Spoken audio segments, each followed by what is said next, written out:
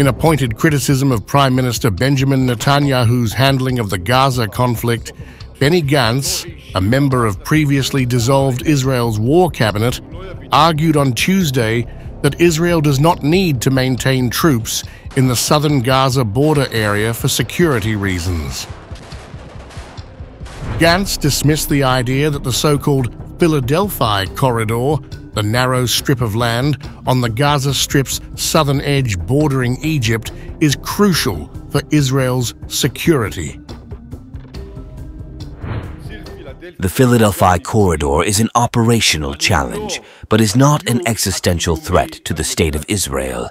Iran's axis of evil is the existential threat to us. Existential threat is a strategic and security threat, and it is also composed of the collapse of all the components of the resilience of the State of Israel. Gantz's comments came in response to statements made by Netanyahu the previous day, in which the Prime Minister doubled down on his belief that Israel needed to keep troops in the Philadelphi corridor. This Philadelphi corridor is different from other corridors. From other places, it is central. It determines our entire future. Its importance to us is great, but the world that wants the war to end, the last it wants is for us to enter it, and immense pressure will be put on us. Gantz also stated that if Netanyahu cannot handle the situation, then he must go. Gantz suggested new elections as a solution to what he sees as the Prime Minister's failure to adapt to the current realities.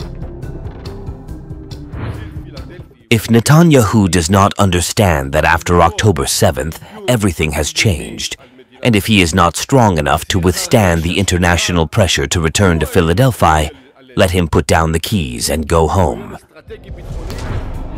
The debate over the Philadelphi corridor has emerged as a major obstacle in efforts to secure a ceasefire in Gaza and the release of over 100 Israeli hostages still held by Hamas.